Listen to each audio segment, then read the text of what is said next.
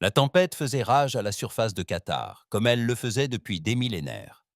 Des trombes d'eau acide rongeaient le métal, et la pierre sans distinction. Des éclairs déchiraient le ciel pourpre, illuminant les flèches massives de la capitale. Sur n'importe quel autre monde, un tel temps aurait été synonyme de mort. Ici, c'était un mardi comme les autres. Le premier guerrier, Zekata, se tenait sur le balcon le plus élevé de la tour de commandement, laissant la pluie acide ruisseler sur sa peau blindée. Ce liquide qui aurait brûlé un humain en quelques secondes lui semblait un doux massage. Son peuple avait évolué sur ce monde mortel, et cela l'avait façonné en quelque chose que les autres espèces pouvaient à peine comprendre. Les Kedmors mesuraient plus de 2,40 m et étaient recouverts d'une armure naturelle capable de stopper la plupart des armes. Leurs griffes pouvaient trancher l'acier, et leur esprit pouvait sonder les pensées d'autres êtres à des distances considérables. Chasseurs, guerriers et tueurs hors pair. Ils régnaient sur la galaxie grâce à cela. Warprime lança une voix derrière lui. Zetara se retourna et vit le chasseur-éclaireur Krixl s'approcher. Le plus petit Ktori se déplaçait avec la grâce fluide d'un prédateur. Même ici, au cœur de leur empire, le Conseil attend votre présence. Zetara acquiesça et suivit Chrysel dans la flèche. Les murs étaient ornés de trophées rapportés de 1000 mondes conquis, de crânes de dizaines d'espèces, d'armes qui n'avaient pu arrêter les avancées de Kati, et d'écrans holographiques montrant l'étendue actuelle de leur empire. 40% de la galaxie connue leur appartenait désormais. Bientôt, ce serait davantage. La salle du conseil était une pièce immense taillée dans un seul bloc de pierre noire. Autour de la table ronde siégeaient les plus hauts dignitaires de l'Empire, commandants militaires, gouverneurs planétaires, et, en bout de table, le président du Dominion, Velnash. Velnash était âgé, même pour un Keith. Son armure avait pris une teinte argentée avec l'âge, et des cicatrices marquaient ses bras, vestiges des combats de sa jeunesse. Mais son esprit restait vif, et ses capacités télépathiques figuraient parmi les plus puissantes de son espèce. Warprime, annonça Velash, tandis que Zetara prenait place. Le chasseur-éclaireur Chrysel a des nouvelles de la bordure extérieure. Krixl se leva et activa un affichage holographique au centre de la table. Un bras spiral de la galaxie apparut, un bras inexploré sur leur carte depuis des générations. Mes éclaireurs à longue portée ont détecté quelque chose d'intéressant, commença Krixley. Des signatures énergétiques compatibles avec un voyage supraluminique. Une nouvelle espèce a atteint le vol interstellaire. Des murmures parcoururent la table. Les nouvelles espèces étaient toujours précieuses, Elil, pouvaient fournir de nouveaux esclaves, de nouvelles ressources, de nouveaux mondes à ajouter à l'Empire. Que savons-nous d'elles? Demanda le général Mortek, un vétéran marqué par les cicatrices de la conquête zéphanienne. Très peu, admit Krixel. Elles se disent humaines. Elles semblent provenir d'un seul monde récemment unifié. Leur technologie est primitive comparée à la nôtre, mais ils ont atteint la capacité de voyager plus vite que la lumière, plus rapidement que la plupart des espèces. À quelle vitesse? Demanda Phil Nash, une pointe de curiosité dans sa voix intérieure. Leur développement technologique a pris moins de 10 000 ans. La plupart des espèces mettent au moins 50 000 ans pour y parvenir. Des murmures s'élevèrent. C'était exceptionnellement rapide, mais pas inédit. Certaines espèces se développaient plus vite que d'autres, généralement parce qu'elles étaient naturellement agressives ou soumises à des pressions extérieures. Et le nombre? Demanda Zetora. Environ 8 milliards sur leur planète d'origine. De petites colonies dans leur système solaire local. Peut-être quelques vaisseaux d'exploration dans les systèmes voisins.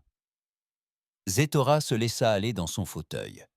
8 milliards d'habitants représentaient une population convenable pour des esclaves, sans être exceptionnels. Les mondes Hijgemani, quant à eux, comptaient des centaines de milliards d'individus. Capacité de résistance? Demanda l'amiral Ktran. Inconnu, mais probablement minime. Ils n'ont atteint le voyage supraluminique que récemment. Leur technologie d'armement semble se limiter à des projectiles chimiques et à des armes à énergie primitive. Aucune preuve de capacité télépathique ou de système de défense avancé. Protocole de conquête standard. Puis, déclara Velnash. Amiral Krone, préparez une flotte de subjugation. La taille habituelle devrait suffire. L'amiral Catherine acquiesça. Une flotte de subjugation standard se composait de 12 cuirassés, 40 croiseurs et des vaisseaux de soutien. C'était une force qui avait brisé la volonté de toutes les espèces rencontrées. La simple vue des vaisseaux Cati apparaissant dans leur ciel suffisait généralement à faire capituler des civilisations entières sans combattre. « Quand commençons-nous » demanda Caton. « D'ici un mois » décida Bellache. « Cette espèce est jeune et petite. Mieux vaut les capturer maintenant avant qu'elles ne s'étendent trop ou ne développent des armes plus sophistiquées. » Les membres du Conseil commencèrent à discuter des détails de la conquête. Combien d'esclaves seraient emmenés? Quel monde serait propice à la colonisation par Keith?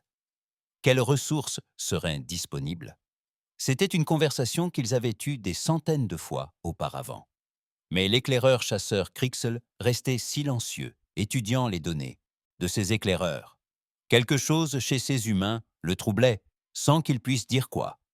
Leur développement technologique était rapide, certes, mais il y avait autre chose. La façon dont leurs vaisseaux se déplaçaient et les maigres images que ces éclaireurs avaient pu recueillir. Leur schéma de communication. Quelque chose clochait. « Y a-t-il autre chose, chasseur d'éclaireurs » demanda Felnash, ses capacités télépathiques lui permettant de percevoir aisément le malaise de Crissel. « Peut-être rien, porte-parole du Dominion. Mais mes éclaireurs ont observé des comportements inhabituels. Les humains semblent explorer différemment des autres espèces. Comment cela se fait-il? La plupart des espèces, lorsqu'elles atteignent le voyage supraluminique, envoient des expéditions soigneusement planifiées vers les systèmes voisins. Elles cartographient les ressources, établissent des routes commerciales et s'étendent lentement et méthodiquement. C'est, en effet, l'approche logique. Que font ces humains? Ils semblent explorer au hasard. Des vaisseaux partent dans toutes les directions sans plan apparent. Certaines de leurs expéditions n'ont aucun but évident. Ils ont envoyé un vaisseau étudier un système stellaire mort, dépourvu de planètes. Une autre expédition est partie recenser les créatures spatiales d'une ceinture d'astéroïdes. Le général Mortek rit. Un bruit de meule. On dirait qu'ils sont tout simplement stupides. Peut-être, dit Crissel, mais leur réaction au premier contact avec l'un de mes vaisseaux éclaireurs a été pour le moins inattendue. Un silence de mort s'installa. Le premier contact était toujours un moment délicat, et les vaisseaux éclaireurs étaient précisément conçus pour observer sans être détectés. « Expliquez-vous, » ordonna Zetara. « Mon éclaireur a été repéré alors qu'il observait l'un de leurs vaisseaux coloniaux. » Au lieu de fuir ou d'attaquer, les humains tentèrent de communiquer. Ils diffusèrent des séquences mathématiques, des motifs musicaux, et même des images de leur monde et de leurs habitants. Ils révélèrent des informations sur eux-mêmes à un contact inconnu. L'amiral Catherine demanda avec incrédulité « Oui ?» Et lorsque mon éclaireur ne répondit pas et commença à se retirer, ils le suivirent, non pas avec agressivité, mais avec insistance. Ils semblaient sincèrement curieux à notre sujet. Un silence s'installa un instant. De toute leur histoire, les Cathmor n'avaient jamais rencontré d'espèce qui, au premier contact, ait réagi avec curiosité plutôt qu'avec peur ou agressivité. « Sans importance, » déclara finalement Vélache. « La curiosité n'arrêtera pas nos dreadnoughts. Au contraire, elle en fait des proies plus faciles. Une espèce curieuse est une espèce distraite. » Les membres du Conseil acquiescèrent. Ils avaient déjà vu ça. Les jeunes espèces se croyaient toujours uniques, spéciales, promissaient à un grand destin. Les Zéphanies pensaient que leur technologie cristalline les rendait invincibles. Les Medoun croyaient leur cité sous-marine imprenable. Les Texis avaient fait confiance à leur esprit collectif pour coordonner des défenses parfaites. Tous en avaient finalement tiré la même leçon. Rien dans l'univers ne pouvait résister à l'empire Cathmor. Rien n'était assez fort, assez intelligent, ni assez féroces pour leur tenir tête. Alors que le conseil se dispersait et commençait à préparer une nouvelle conquête de routine, aucun d'eux ne remarqua le petit détail dissimulé dans le rapport de l'éclaireur Hunter Chrysler. Lorsque le vaisseau humain avait tenté de communiquer, il avait émis simultanément sur plus d'1 millier de fréquences différentes. La plupart des espèces utilisent une ou deux méthodes de communication. Ces humains semblaient s'adresser à tous en même temps, comme s'ils s'attendaient à ce que l'univers entier les écoute. Dans quelques jours, la flotte de subjugation entamerait son voyage vers le monde natal des humains. Ce serait, de l'avis de tous, un ajout simple et rapide à leur empire.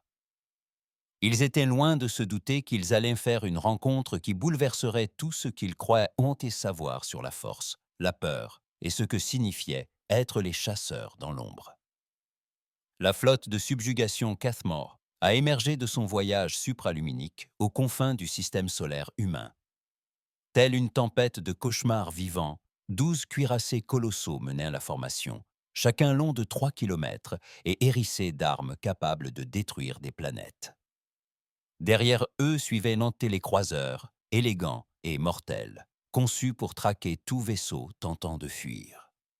L'amiral Ktan se tenait sur la passerelle de son vaisseau amiral, le briseur de Mondé, et observait la planète natale des humains se dessiner sur ses écrans. C'était une planète bleue et verte, douce et accueillante. Pas de tempêtes acides, pas de gravité écrasante, pas de radiation mortelle. Un monde paradisiaque qui avait engendré une espèce fragile. « Lancez la diffusion de la peur », ordonna-t-il. Dans toute la flotte, d'immenses émetteurs s'activèrent. Ils diffusèrent des ondes d'énergie télépathique conçues pour réveiller les peurs les plus profondes et les plus primaires chez toute créature pensante. C'était une arme qui n'avait jamais failli. Des espèces entières s'étaient rendues dès qu'elles avaient senti le contact de l'esprit de Cathy avec le leur. L'effet sur les humains fut immédiat, mais pas celui escompté par les Cathmore. « Amiral », rapporta l'officier de communication Vélith.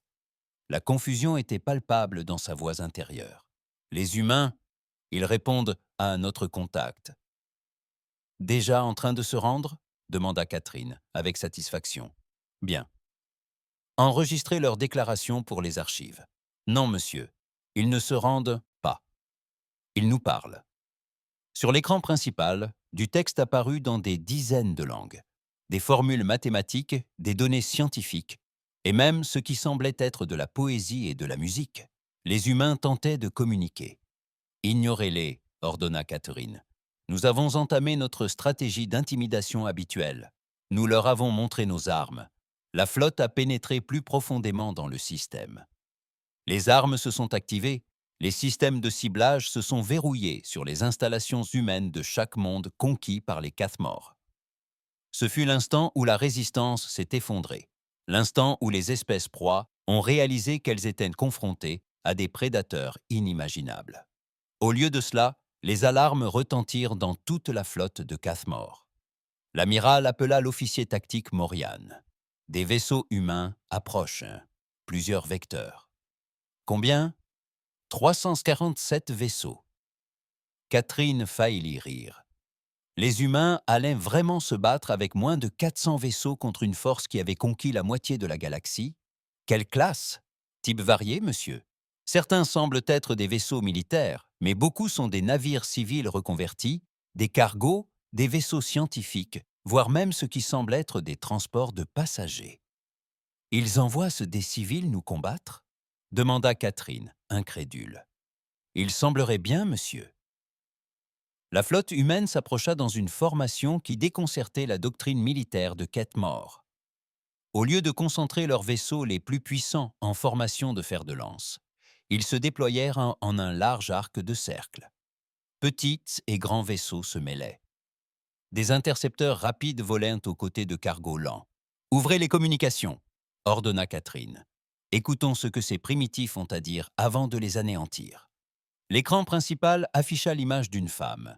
Elle portait un uniforme bleu foncé orné d'un signe que les ordinateurs de Cathmore ne parvenaient pas à identifier. Ses cheveux étaient gris, son visage marqué par l'âge, mais son regard était ferme et serein. « Je suis l'amiral Sarah Chen des forces de défense de la Terre unie », déclara-t-elle. « Vous avez pénétré notre espace avec des armes chargées et pointées vers nos mondes. Veuillez exposer vos intentions. » Catherine s'avança, laissant toute sa stature de plus de 2,40 m occuper l'écran. Il laissa son armure naturelle scintiller sous les projecteurs du pont et déploya légèrement ses griffes. Un tel spectacle avait semé la terreur parmi les conseils planétaires. L'amiral humain le regarda avec une curiosité qui semblait presque scientifique. « Je suis l'amiral Cthran de l'Empire Kthmori », dit-il d'une voix grave et rauque, teintée de menaces télépathiques. « Votre espèce se rendra immédiatement et se soumettra à l'autorité impériale. Toute résistance entraînera son annihilation totale. » L'amiral Chen hocha la tête, pensif. « Je vois. Eh bien, amiral Cthran, je crains de devoir décliner votre offre. Ce système est sous la protection des forces de défense de la Terre unie, et nous ne cédons à aucune menace.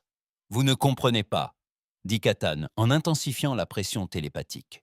Nous avons conquis 400 espèces en 10 000 ans. Vos armes primitives sont impuissantes. Rendez-vous maintenant, et certains des vôtres pourront être réduits en esclavage. Amiral, répondit Chen, vous semblez être une personne raisonnable, alors je vais être direct. Nous avons analysé vos vaisseaux lors de votre approche. Votre technologie est impressionnante, mais pas insurmontable.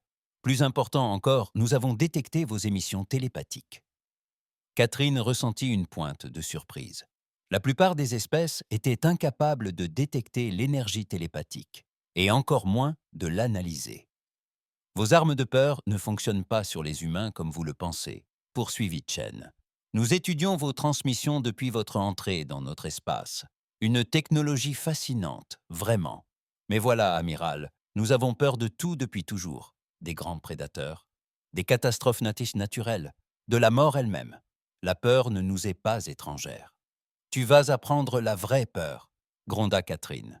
Peut-être, mais la peur n'a jamais empêché les humains de se battre quand il le fallait. En fait, elle nous rend généralement plus dangereux. Catherine coupa la communication. Assez parlé. Il était temps de montrer à ces primitifs à quoi ressemblait la vraie puissance. Tous les vaisseaux ouvrirent le feu, détruisant la moitié de leur flotte et laissant le reste en vie, témoins de leur impuissance. Les cuirassés Katamorei déchaînèrent un barrage qui illumina l'espace. Des rayons d'énergie capables de faire fondre des astéroïdes jaillirent vers la flotte humaine. Des missiles d'une puissance explosive suffisante pour raser des villes fendirent sans le vide. La riposte humaine fut sans précédent dans les archives militaires de Kathmor. Au lieu de tenter de se défendre contre la puissance de feu écrasante, les vaisseaux humains se dispersèrent dans toutes les directions. Les petits vaisseaux rapides se faufilaient entre les faisceaux d'énergie, tandis que les plus gros servaient de boucliers pour protéger les plus petits. Les vaisseaux touchés et endommagés ne battaient pas en retraite. Au contraire, leurs équipages les dirigeaient sur des trajectoires de collision avec les vaisseaux Kathmor. « Monsieur !» s'écria l'officier tactique Morchin. « Les humains éperonnent nos vaisseaux. »« Impossible ! Aucune espèce n'est aussi téméraire. »« Et monsieur, je détecte de multiples impacts. Les humains utilisent des vaisseaux endommagés comme armes. » Sur l'écran tactique, Catherine observa un cargo humain. Sa coque percée et son atmosphère s'échappant, il percuta le flanc d'un croiseur Kathmorei. L'explosion détruisit les deux vaisseaux, mais le vaisseau humain était de toute façon condamné. Ils avaient troqué un vaisseau agonisant contre un vaisseau ennemi en parfait état. « Amiral, un autre rapport parvint. Nous recevons des transmissions des vaisseaux humains. Ils diffusent ouvertement des données tactiques entre eux. Ils veulent que nous les entendions. » Quel genre de données tactiques? Absolument tout, amiral. Nos schémas d'armement, les fréquences de nos boucliers, les signatures de nos moteurs. Chaque vaisseau qui nous engage transmet ses observations à l'ensemble de la flotte humaine. Keith Rand ressentit une émotion inédite, l'incertitude. Les humains apprenaient et s'adaptaient plus vite que n'importe quelle autre espèce qu'il avait affrontée. Chaque engagement leur apportait un nouvel enseignement, qu'ils partageaient instantanément avec tous les autres vaisseaux de leur flotte. La bataille dura 3 heures. À son terme, la flotte humaine était anéantie. Chaque vaisseau avait été réduit à l'état de débris ou d'épave dérivante, mais ils avaient emporté 47 vaisseaux Kathi, dont 2 croiseurs et un cuirassé. Jamais aucune espèce n'avait infligé de telles pertes à une flotte de subjugation Katem. Amiral, rapporta l'officier de transmission Vélith, nous recevons une dernière transmission de la planète Terre. Transmettez-la. L'amiral Chen réapparut à l'écran. Cette fois, elle se trouvait clairement à la surface d'une planète, dans ce qui semblait être une ville déserte. Amiral Catherine, dit-elle, vous avez probablement déjà constaté que la Terre a été évacuée. Dès que nous avons détecté votre approche, toute notre population a été évacuée vers des lieux sûrs. Cela n'aura aucune importance, répondit Catherine. Nous vous traquerons où que vous vous cachiez. Peut-être, acquiesça Chen. Mais vous devriez savoir une chose sur les humains, amiral. Nous ne nous préparons pas seulement aux guerres, nous nous préparons à tout. Chaque catastrophe, chaque menace possible, chaque scénario imaginable. Vos préparatifs ne vous sauveront pas. Chen sourit. Et il y avait quelque chose dans cette expression qui donna la chair de poule à Ketan. Nos enfants sont déjà parmi les étoiles, amiral, dispersés sur une centaine de mondes dont vous ignorez l'existence. Et ils ont été mis en garde contre vous. Nous les retrouverons tous. Peut-être. Mais voici ce que vous devez comprendre de l'humanité. Vous venez de déclarer la guerre à une espèce qui se bat depuis des millénaires. Guerre contre la nature, contre les prédateurs, contre les maladies, contre ses semblables. Nous savons combattre, amiral. Nous savons souffrir. Nous savons endurer. La transmission vacilla et l'image de Chen commença à s'estomper. Plus important. Encore, poursuivit sa voix. Nous savons apprendre. Chaque bataille nous apprend quelque chose de nouveau sur toi. Chaque défaite nous rend plus forts. Tu te prends pour l'amiral des chasseurs, mais tu n'as jamais affronté une proie qui se défend. La transmission s'interrompit, plongeant le pont du Brise-Monde dans le silence. Pour la première fois de sa longue carrière, l'amiral Crane se demanda s'il n'avait pas commis une erreur. Dans le champ de débris où la flotte humaine avait livré son dernier combat, des balises automatiques continuaient d'émettre. Non pas des appels de détresse, mais une analyse détaillée des armes, des tactiques et des conceptions des vaisseaux de Katmor. Les données étaient diffusées dans l'espace, transportées par des communications supraluminiques vers des destinations inconnues. Les humains avaient non perdu la bataille, mais ils avaient tiré les leçons de leur défaite pour tous ceux qui viendraient après eux. Et quelque part dans l'immensité obscure de l'espace, cette leçon était assimilée. 6 mois après la destruction de la flotte humaine, Warprime Zetara mena l'armada de conquête au complet vers la Terre. 500 vaisseaux. Une force capable de réduire des systèmes stellaires entiers en poussière à l'approche du monde bleu qui avait vu naître l'humanité. Tous les capteurs étaient braqués sur la détection des défenses désespérées d'une espèce anéantie. En vain. Rapport. Zeka donna ses ordres depuis la passerelle de son vaisseau amiral, la mort des mondes. Analyse planétaire terminée. Vitesse de distorsion maximale. Opérateur de capteur. Défale. La planète porte des traces d'une évacuation massive récente. Toutes les grandes villes sont désertes. Aucune installation défensive détectée. Aucune plateforme orbitale. Aucune résistance. Population, environ 50 000 individus dispersés dans les zones rurales. Pour la plupart, des personnes âgées et infirmes, incapables de voyager. Zaktara contemplait le monde bleu paisible qui s'affichait sur son écran. C'était anormal. Les espèces conquises livraient toujours une ultime bataille désespérée sur leur planète natale. Elles rassemblaient leurs forces restantes, fortifiaient leurs cités et se battaient jusqu'à leur dernier souffle pour protéger le monde qui les avait vus naître. Les humains, eux, étaient simplement partis. Warprime annonça un autre rapport. Des capteurs à longue portée, détecte des établissements humains dans 47 systèmes stellaires. Il semblerait qu'ils aient établi des colonies dans toute cette région de l'espace. 47 systèmes en 6 mois, demanda-t-il, incrédule. Oui, monsieur. Nos éclaireurs signalent qu'ils utilisent des vaisseaux cargo modifiés comme vaisseaux coloniaux. Déploiement rapide, infrastructure minimale. Ils semblent privilégier l'expansion au détriment de la construction de positions fortes et défendables. C'était l'antithèse de toutes les doctrines militaires que les Cathmor avaient connues. Face à un ennemi supérieur en nombre, on consolide ses forces, on bâtit des défenses solides, et on le fait payer chaque monde conquis.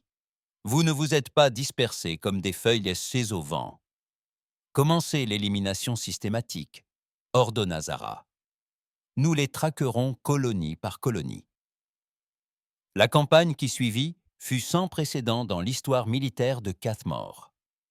La première colonie humaine qu'ils attaquèrent s'appelait Nouvelle-Genève. La flotte Ketamorei s'attendait à trouver une colonie construite à la hâte et dotée de défenses minimales. Au lieu de cela, elle découvrit un piège. Les colons s'étaient pas préparés pendant des mois. Ils avaient étudié la moindre donnée de la première bataille, analysé chaque signature d'armement Keith et tiré les leçons de chaque erreur tactique.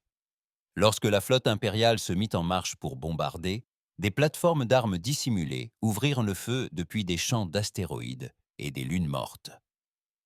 Les humains avaient appris à combattre comme Keith Maury, usant de furtivité et d'embuscade.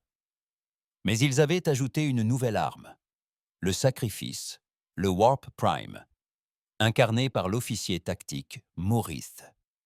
Les vaisseaux humains éperonnent à nouveau nos vaisseaux. Impact multiple à travers la flotte.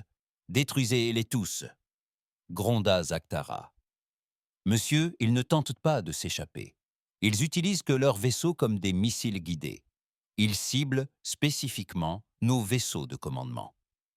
Sur l'écran tactique, Zaktera observa un destroyer humain. Sa coque se fissura et son atmosphère s'échappa lorsqu'il percuta la passerelle d'un cuirassé Cathmor.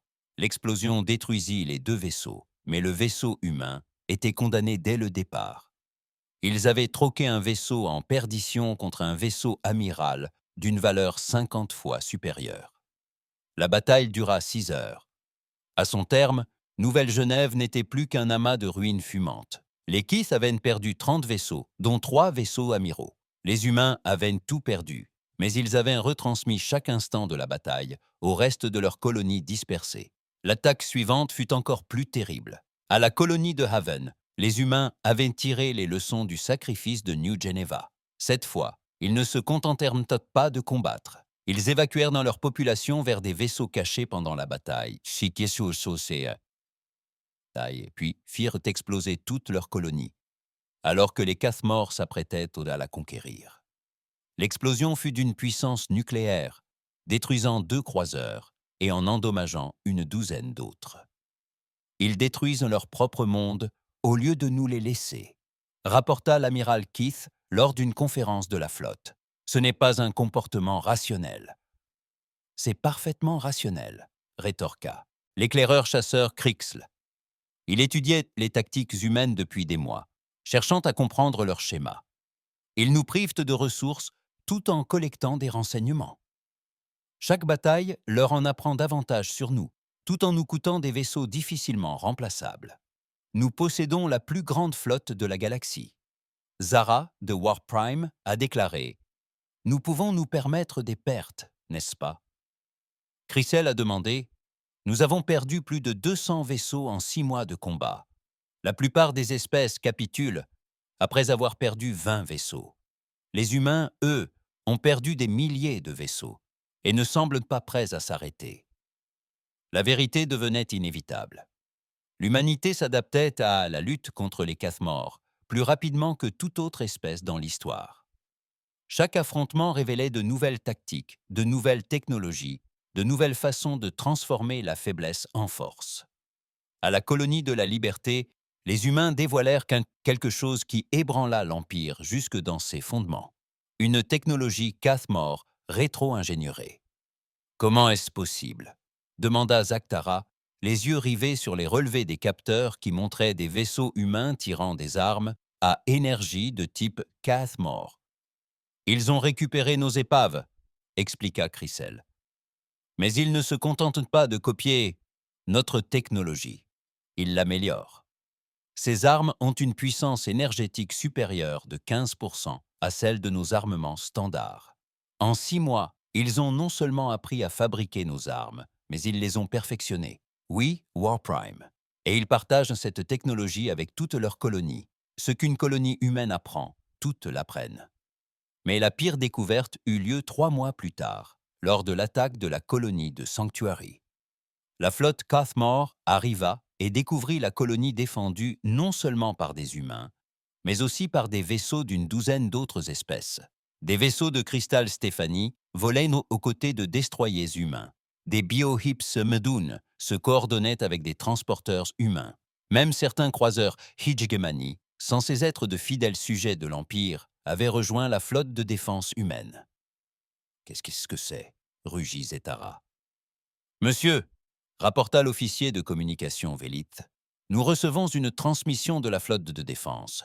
Plusieurs espèces émettent. Transmettez-la. » L'écran se remplit d'images. Des humains, certes, mais aussi des êtres cristallins Zéphanie, des méridanes aquatiques, et même ce qui semblait être un officier Keith Maury. « Salutations, Warprime Zakara », dit une femme humaine. « Je suis le capitaine Maria Santos du corps de défense terrien. Voici mes alliés. Le commandant Zeltar des Zafani libres, l'amiral Morgoth des Midoun libérés et l'éclaireur Hunter Crixel du Citimidaire. Front de libération. Keith Maury. » Zeltar sentit son monde basculer.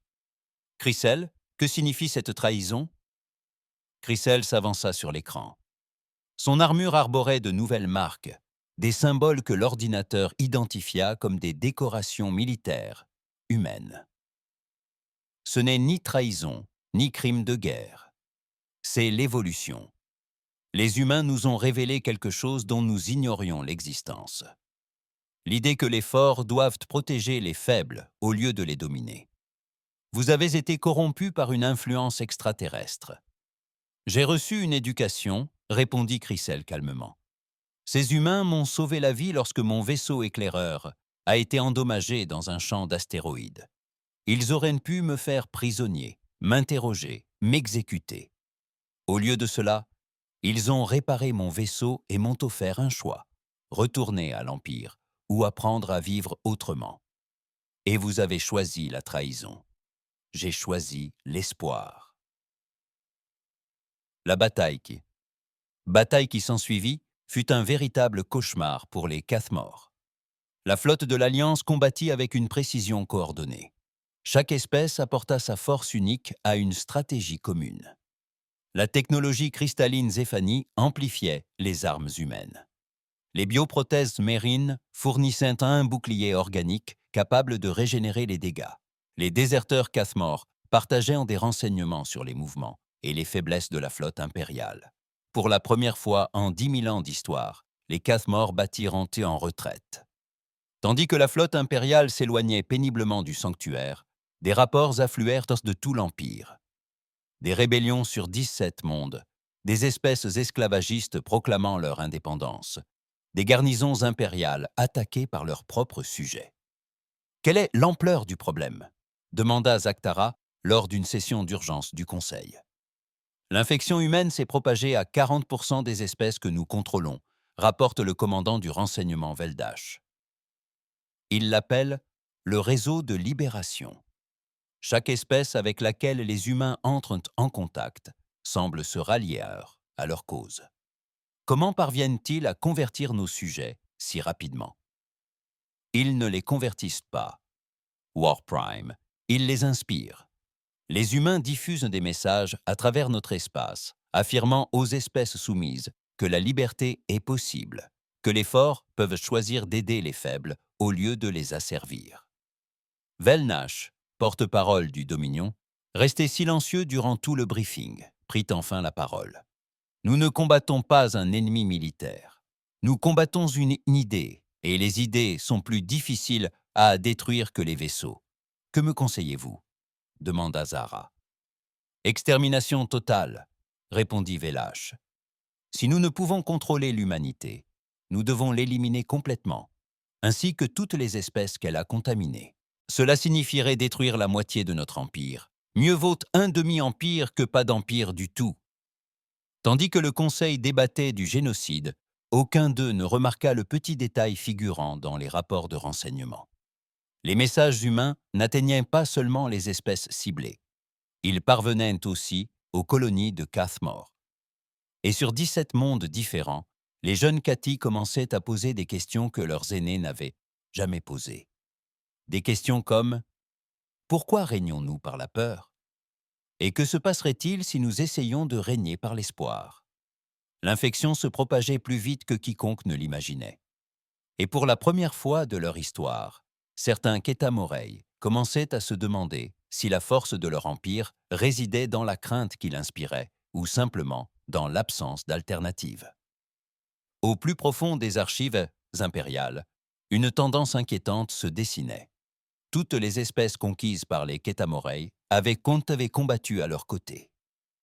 3 ans s'étaient écoulés depuis la première tentative de communication entre un vaisseau humain et un éclaireur Keith, et la galaxie était en proie aux flammes. Ce qui avait commencé comme une simple conquête s'était transformé en une guerre d'idées sans précédent pour l'empire Cathmore, qui ravageait 40% de l'espace impérial. Les espèces soumises étaient en rébellion ouverte. Les mondes esclavagistes proclamaient leur indépendance. Les flottes de tribus n'atteignaient jamais leur destination. Les garnisons impériales se retrouvèrent encerclées par des populations qui avaient appris un nouveau mot des humains, liberté. Dans la capitale impériale de Kathvar, le porte-parole du Dominion, Velnash, se tenait devant une carte holographique illustrant l'ampleur de la crise. Des marqueurs rouges indiquaient les mondes en rébellion. Le jaune signalait les systèmes où le contrôle impérial s'affaiblissait. Le vert marquait les mondes encore fidèles à l'Empire. Il y avait beaucoup trop de rouge et de jaune, et le vert se réduisait de jour en jour. « Rapport », ordonna-t-il. Le général Mortek, vétéran marqué par une douzaine de conquêtes, s'avança. Son assurance habituelle avait disparu, remplacée par une émotion impensable, 3 ans auparavant. L'incertitude. La situation continue de se détériorer. Porte-parole du Dominion. Nous avons perdu le contact avec les mondes Hijgemani de la spirale extérieure. Les Zephani ont proclamé leur indépendance et combattent activement aux côtés des forces humaines. Les Méridanes ont abandonné leurs obligations de tribu et se sont repliés sur leur monde des profondeurs océaniques. Et nos propres forces, c'est plus compliqué. Morch hésita. Nous avons recensé 17 cas d'unités Cathmore refusant l'ordre de bombarder des populations civiles. Et 12 incidents où des équipages ont libéré des prisonniers au lieu de les exécuter. Et hier, toute la 4e escadrille d'éclaireurs a fait défection pour rejoindre ce qu'ils appellent l'Alliance de Libération. Nash sentit un frisson le parcourir. Keith n'avait pas désobéi aux ordres. Keith Morey n'avait fait preuve d'aucune pitié envers ses ennemis. Keith Morey n'avait certainement pas fait défection pour rejoindre des rébellions. « Comment » demanda-t-il. « L'influence humaine se répand dans nos rangs, admit le commandant du renseignement Vélache. Ils n'utilisent ni le contrôle télépathique, ni le conditionnement chimique, comme d'autres espèces l'ont fait. Ils utilisent que quelque chose de bien plus dangereux. Des exemples. Expliquez. » Vélache activa un affichage holographique présentant un rapport de bataille récent. Le mois dernier, le croiseur Broyeur d'os a été mis hors de combat lors d'un affrontement avec les forces humaines. Le protocole habituel aurait exigé que les humains détruisent le vaisseau ou fassent des prisonniers pour interrogatoire. Au lieu de cela, ils ont sauvé tout l'équipage d'une panne de survie, leur ont prodigué des soins médicaux et les ont relâchés avec un message. Quel message ? Que les forts doivent protéger les faibles et non les exploiter. La véritable force réside dans le choix de ne pas tuer, et non dans la capacité à tuer tout ce qui se trouve sur son passage. Belnache étudia le rapport en silence. L'incident du broyeur d'os n'était pas un cas isolé. Dans toute la zone de guerre, les humains faisaient preuve de clémence envers les ennemis vaincus, secouraient les civils des zones de combat et traitaient les prisonniers avec dignité. D'un point de vue militaire, ce comportement était absurde, mais il avait des effets dévastateurs sur le moral des Cathmor. Ce n'est pas tout, poursuivit Dash. Les humains diffusent des messages dans tout notre espace. Non pas de la propagande ou des menaces, mais des récits. Des récits de leur histoire. Des guerres qu'ils ont menées non pour conquérir, mais pour protéger les autres. Des catastrophes surmontées grâce à la coopération. Des moments où leurs plus grands dirigeants ont choisi d'aider les faibles au lieu de les dominer. Sur l'écran, des images défilaient. Des humains sauvant d'autres personnes de catastrophes naturelles. Des humains partageant de la nourriture pendant les famines. Des humains construisant des écoles et des hôpitaux sur des mondes qui n'avaient jamais connu de telles choses. C'était une vision de la force au service de la protection plutôt que de la domination, et elle se propageait à travers l'Empire comme un virus. « Monsieur », ajouta Beldash d'une voix calme, « nous avons détecté ces émissions reçues et retransmises par 17 de nos mondes. Certains Keith commencent à se demander pourquoi nous régnons par la peur, alors que nous pourrions régner par l'espoir. » Le blasphème que cela représentait frappa Velnash comme un coup de poing. Les Keith régnaient par supériorité. Ils conquéraient par nature. Ils avaient bâti le plus grand empire de l'histoire galactique, car ils étaient les prédateurs suprêmes de l'univers. Mais les humains proposaient une alternative, et cette alternative se révélait dangereusement séduisante. « Où est l'assaut contre la forteresse humaine de Nutra ?» demanda Morch. « Il est parti depuis 2 mois. » New Terra était la plus grande colonie humaine, abritant près d'1 milliard de réfugiés venus de la Terre et d'une douzaine d'autres mondes. C'était le cœur de l'Alliance de libération, protégée par la flotte la plus puissante jamais rassemblée par l'humanité. Si Zetora parvenait à briser le pont, la rébellion risquait de s'effondrer. Mais en cas d'échec, un appel urgent du centre de communication parvint aux haut-parleurs du Dominion. Une transmission prioritaire depuis le Warp Prime Zakara permit de le faire passer. L'affichage holographique afficha le pont de la mort des Mondés. Zetora se tenait au centre, mais quelque chose clochait. Son armure était calcinée. Ses griffes étaient tachées de son propre sang, et ses yeux exprimaient une émotion inédite. Le doute. « Porte-parole du Dominion », dit Zakara d'une voix mentale alourdie par l'épuisement. « Je dois vous annoncer l'échec de la nouvelle offensive sur Terra. » Que signifie cet échec? Nous avons percé leurs défenses extérieures, mais le prix à payer a été sans précédent. Ils ont mis au point de nouvelles armes, de nouvelles tactiques, des vaisseaux qui se sacrifient pour sauver les autres, des pilotes qui foncent sans hésiter sur nos cuirassés. Ils ne se battent pas seulement pour gagner, mais aussi pour donner le temps à leurs civils de s'échapper.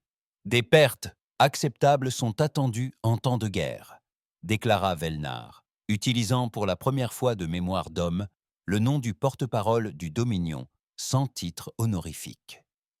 J'ai perdu 60% de ma flotte. 60% contre une force 2 fois moins importante. Et finalement, ils ont réussi à s'échapper. Tous. Chaque civil, chaque non-combattant, chaque enfant. Ils ont sacrifié toute leur flotte pour gagner du temps et permettre aux navires d'évacuation d'atteindre la sécurité. Le silence s'est abattu sur la passerelle.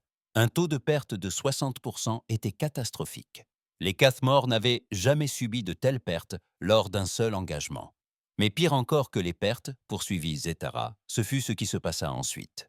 Lorsque nous nous sommes déplacés pour sécuriser la colonie, nous avons constaté qu'ils avaient laissé derrière eux des provisions, du matériel médical, de la nourriture, même des objets de divertissement et un message. Quel genre de message? Une invitation. Ils nous invitaient à rejoindre leur alliance. Ils affirmèrent que tout Katamorei désireux d'apprendre un autre mode de vie serait le bienvenu. Parmi eux, ils proposèrent aux Sonko de nous enseigner comment utiliser notre force pour protéger plutôt que pour dominer. Velen sentit sa vision du monde se fissurer sous la pression. Et 47 membres de mon équipage demandèrent leur transfert vers la flotte humaine. Cette décision planait comme une sentence de mort. Les guerriers Kati, soldats d'élite du plus grand empire de l'histoire galactique, avaient choisi de rejoindre leurs ennemis plutôt que de continuer à les combattre. Monsieur, fit une autre voix depuis le centre de communication. Nous recevons de nombreux signaux prioritaires de tout l'Empire. Des rébellions ont éclaté sur 39 mondes au cours de la dernière heure. Les gouverneurs demandent une assistance militaire immédiate. Belnash consulta l'écran tactique. Des marqueurs rouges se répandaient sur la carte comme une épidémie. Chacun représentait un monde où l'idéal humain de force collective avait triomphé. Chacun était un fragment de l'Empire qui avait choisi l'espoir plutôt que la peur. « Monsieur », annonça un autre rapport, « les scanners longue portée détectent un mouvement de flotte massif dans les territoires libérés. Les services de renseignement estiment leur nombre à plus de 2000 vaisseaux. Plusieurs espèces différentes arborent des symboles de libération humaine. Leur destination est inconnue, mais leur trajectoire laisse penser qu'ils se dirigent vers les mondes du noyau. Ces mondes du noyau, cœur de l'Empire Kathmor, étaient sous contrôle impérial depuis des millénaires et n'avaient jamais connu d'autre domination que celle de Ktori. Si l'Alliance de libération atteignait les mondes du noyau, si elle portait son message d'espoir et de coopération à des populations qui n'avaient jamais imaginé d'alternative à la domination impériale, l'Empire ne survivrait pas. Felnash fit la voix de Zetara depuis l'écran. Je dois te dire autre chose. Quelque chose que j'ai découvert lors du récent rapport d'assaut sur Terra. Les humains n'ont pas seulement évacué leurs propres citoyens. Ils ont évacué 17 000 civils Keith Mori qui vivaient sur la planète colonisée. Des familles de déserteurs, des réfugiés de notre propre empire, qui les avaient rejoints en quête d'une vie meilleure. C'est impossible. Aucun Keith Mori ne ferait une chose pareille, et pourtant, ils l'ont fait. Et lorsque j'ai interrogé les prisonniers que nous avons capturés, ils m'ont expliqué pourquoi. Ils disaient que les humains leur avaient montré qu'on pouvait être fort sans être cruel, qu'on pouvait protéger ses enfants sans leur apprendre à s'en prendre aux autres. Belnash fixait l'écran tactique, observant les marqueurs rouges se multiplier sur la carte. Depuis 10 000 ans, l'empire de Kathmor reposait sur un principe simple. Les forts dominaient les faibles, car tel était l'ordre naturel de l'univers. Mais l'humanité avait instauré un principe différent. Les forts protégeaient Ponce les faibles, car c'était la chose juste à faire. Et cette simple différence était en train de détruire tout ce que les Katamorei avaient bâti. War Prime. Bell finit par dire « Retournez à la capitale. Nous devons envisager d'autres solutions. » Quelles alternatives? Bell observa la rébellion grandissante, les rapports selon lesquels son peuple choisissait l'espoir plutôt que la peur. Il regarda la flotte de l'Alliance qui approchait, porteuse d'un message plus dangereux que n'importe quelle arme. Peut-être, dit-il lentement, est-il temps d'apprendre ce que les humains essaient de nous enseigner. La bataille finale débuta aux confins du système Qatar, où l'ancien monde natal de l'Empire se dressait, telle une forteresse enveloppée de tempêtes parmi les étoiles. Le premier guerrier Zakara se tenait sur la passerelle de son vaisseau amiral reconstruit, observant la flotte qui approchait et qui allait décider du sort de la galaxie. 2000 vaisseaux s'affichaient sur les écrans de détection. Des vaisseaux humains volaient aux côtés de vaisseaux de cristal Zéani, de biocroiseurs Miroun et de dizaines d'autres espèces ayant rejoint ce que tous appelaient désormais l'Alliance de libération.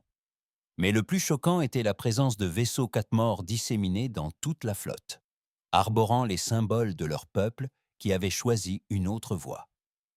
Le décompte final, demanda Sektara. 2 Ninisa, 306,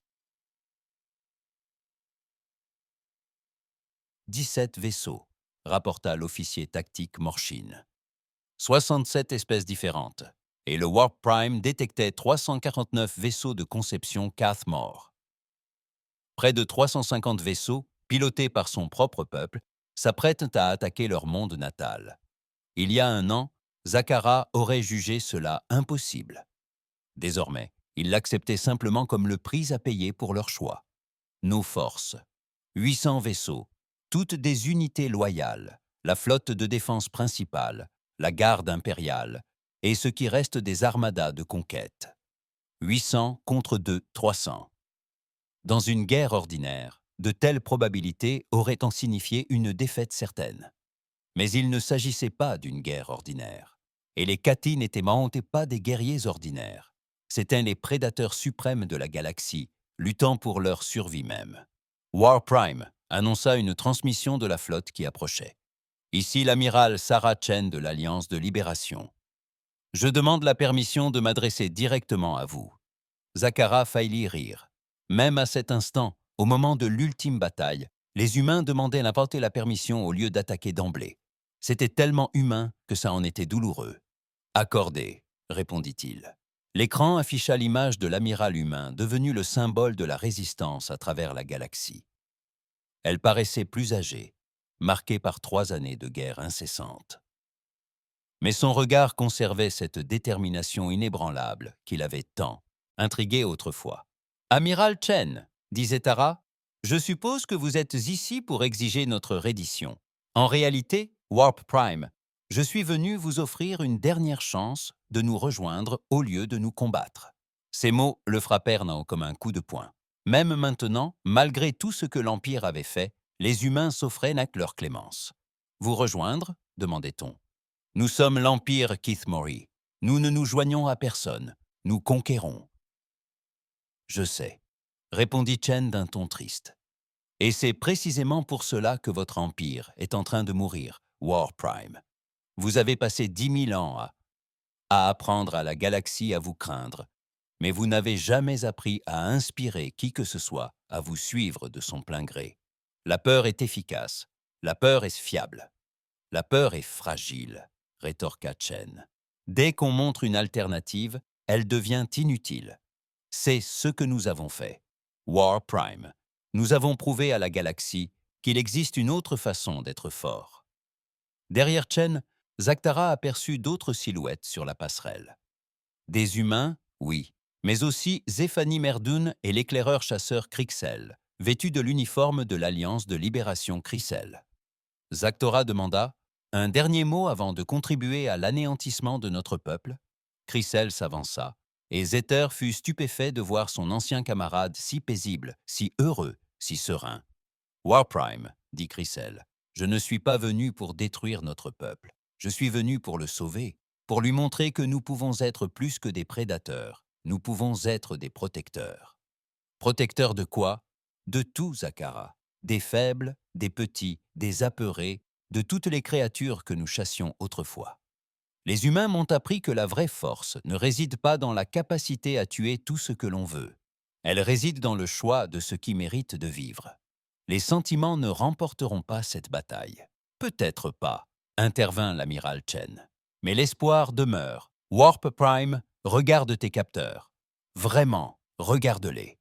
Sik fronça les sourcils et consulta l'écran tactique. La flotte de l'Alliance était déployée sur un large front comme le font toujours les flottes humaines. Des vaisseaux de type varié, des formations apparemment aléatoires, aucune stratégie claire. Puis il comprit. « Ils n'attaquent pas, » dit-il, incrédule. « Non, » confirma Chen. « Non, War Prime. Nous ne sommes pas venus conquérir Ketvar. Nous sommes venus la libérer, et vous aussi. Cela n'a aucun sens. C'est votre chance de détruire l'Empire une fois pour toutes. Nous ne voulons pas détruire l'Empire, War Prime. Nous voulons le transformer. La galaxie a besoin des Kath Morey. Vous êtes forts, vous en êtes capables. Vous êtes des leaders nés. Mais la galaxie a besoin de vous pour la guider vers un idéal plus noble que la conquête sans fin. » Sur l'écran tactique, Zeter observa la flotte de l'Alliance maintenir sa position. Ils n'avançaient pas, n'activaient pas leurs armes, ne se préparaient pas à l'attaque. Ils attendaient, tout simplement. « Que voulez-vous de nous ?» demanda-t-il. Nous voulons que vous choisissiez, répondit Chen. Vous pouvez nous combattre et nous nous défendrons. Certains d'entre nous mourront, certains d'entre vous mourront, et au final, rien ne sera mieux. Ou vous pouvez choisir d'apprendre ce que nous essayons de vous enseigner depuis 3 ans. La coopération est plus forte que la domination. Protéger les autres est plus gratifiant que de les exploiter. Que le plus grand acte de force soit de choisir la clémence quand on a le pouvoir de détruire. Zeter contempla son équipage fidèle depuis sa passerelle. Des guerriers qu'il avait suivis durant une douzaine de campagnes, qui n'avaient jamais connu la défaite, prêts à mourir au combat plutôt que de se rendre à l'ennemi. Mais en les observant, il réalisa quelque chose qui le bouleversa profondément. Il n'avait peut-être pas peur. Son peuple, les prédateurs suprêmes de la galaxie, n'avaient pas peur de mourir au combat. Ils en avaient peur de vivre autrement. Warprime, dit une voix hésitante de son officier de communication. Nous recevons des signaux de la planète. Plusieurs villes demandent à parler à la flotte de l'Alliance. Quoi, monsieur? Il semblerait que les civils Katamorei, sur leur planète d'origine, souhaitent entendre ce que les humains ont à dire. La trahison les a profondément marqués. Même ici, sur leur propre planète, l'infection humaine se propageait. Son peuple choisissait l'espoir plutôt que la peur. Amiral Chen, dit Zeter lentement. Que se passera-t-il si nous refusons? Si nous choisissons de nous battre, alors nous nous battrons, répondit simplement Chen. Et des milliers de personnes mourront des deux côtés. Et ensuite, les survivants devront vivre avec la certitude que toutes ces morts n'auront servi à rien, si ce n'est à prouver qu'il est plus facile de tuer que de changer. Et si nous prenons en considération votre proposition, alors nous pouvons commencer à bâtir ensemble quelque chose de nouveau. Une galaxie où les forts protègent les faibles au lieu de les exploiter, où différentes espèces collaborent au lieu qu'une seule domine toutes les autres, où les Katori sont respectés non par crainte, mais parce qu'ils choisissent d'utiliser leur force avec sagesse. Zettara ferma les yeux et sentit le poids de 10 000 ans d'histoire impériale peser sur lui. Ses ancêtres avaient bâti le plus grand empire de l'histoire galactique par la force, la ruse et une détermination implacable. Ils avaient fait naître l'ordre du chaos, imposé leur volonté à un univers indomptable et prouvé que les forts méritaient de régner. Mais ils avaient aussi créé une galaxie où des milliards d'êtres vivaient dans la peur, où des espèces entières n'existaient que pour servir les intérêts de Kathmor, là où la seule paix résidait dans la soumission. Warprime, annonça la voix de Crixley à l'écran. Je sais ce que tu penses. J'ai eu les mêmes pensées lorsque les humains m'ont fait preuve de bonté au lieu de me tuer. Tu penses que tout ce que nous sommes, tout ce que nous avons construit, repose sur notre nature de prédateur, n'est-ce pas? Non, répondit Crixley d'un ton ferme. Tout ce que nous sommes dépend de notre capacité à choisir notre propre voie. Pendant 10 000 ans, nous avons choisi la voie de la conquête, persuadés que c'était le seul moyen d'être fort. Mais les humains nous ont montré une autre voie. Une voie où nous sommes toujours forts, toujours des leaders, toujours importants. Mais nous guidons les autres vers l'espoir au lieu de les plonger dans la peur. Et vous y croyez. La coopération est supérieure à la domination. Je le sais, répondit Circle, parce que j'ai expérimenté les deux, et la seconde est meilleure. Zaktara ouvrit les yeux et jeta un dernier coup d'œil à l'écran tactique. 2000 vaisseaux attendaient patiemment sa décision. Des vaisseaux remplis d'êtres venus des 4 coins de la galaxie. D'anciens ennemis, d'anciens esclaves, tous unis par une idée simple. Les forts doivent protéger les faibles. Une idée si étrangère à tout ce qu'il avait connu, à tout ce qu'on lui avait inculqué, qu'elle lui paraissait folle. C'était aussi une idée qui avait mis à genoux le plus grand empire de l'histoire galactique. « Amiral Chen, dit-il enfin, si nous envisagions votre alliance, qu'attendriez-vous de nous? La même chose que nous attendons de tous, répondit Chen. Protéger ceux qui ne peuvent se protéger eux-mêmes. Partager nos forces au lieu de les garder pour nous. Choisir l'espoir plutôt que la peur chaque fois que c'est possible. Et notre empire deviendrait quelque chose de nouveau. Une confédération plutôt qu'un empire. Une coopération plutôt qu'une conquête. Dirigée par des êtres qui choisissent de servir autrui plutôt que de le dominer. Stara jeta un dernier coup d'œil autour de sa passerelle. Son équipage le regardait avec des expressions qu'il ne lui avait jamais vues. Ni peur, ni colère, mais curiosité. Il voulait en savoir à quoi ressemblerait ce nouveau mode de vie. Tous les vaisseaux. Ordonna-t-il dans son système de communication. Désactivez les armes. Préparez-vous à un contact diplomatique. Sur l'écran, l'amiral Chen souriait. Bienvenue dans l'Alliance de libération, War Prime. À présent, bâtissons un avenir meilleur. Alors que les flottes se déplaçaient de concert dans l'espace au-dessus de Katmar, un événement sans précédent se produisit. Pour la première fois dans l'histoire galactique, des prédateurs suprêmes choisirent de devenir des protecteurs plutôt que des chasseurs.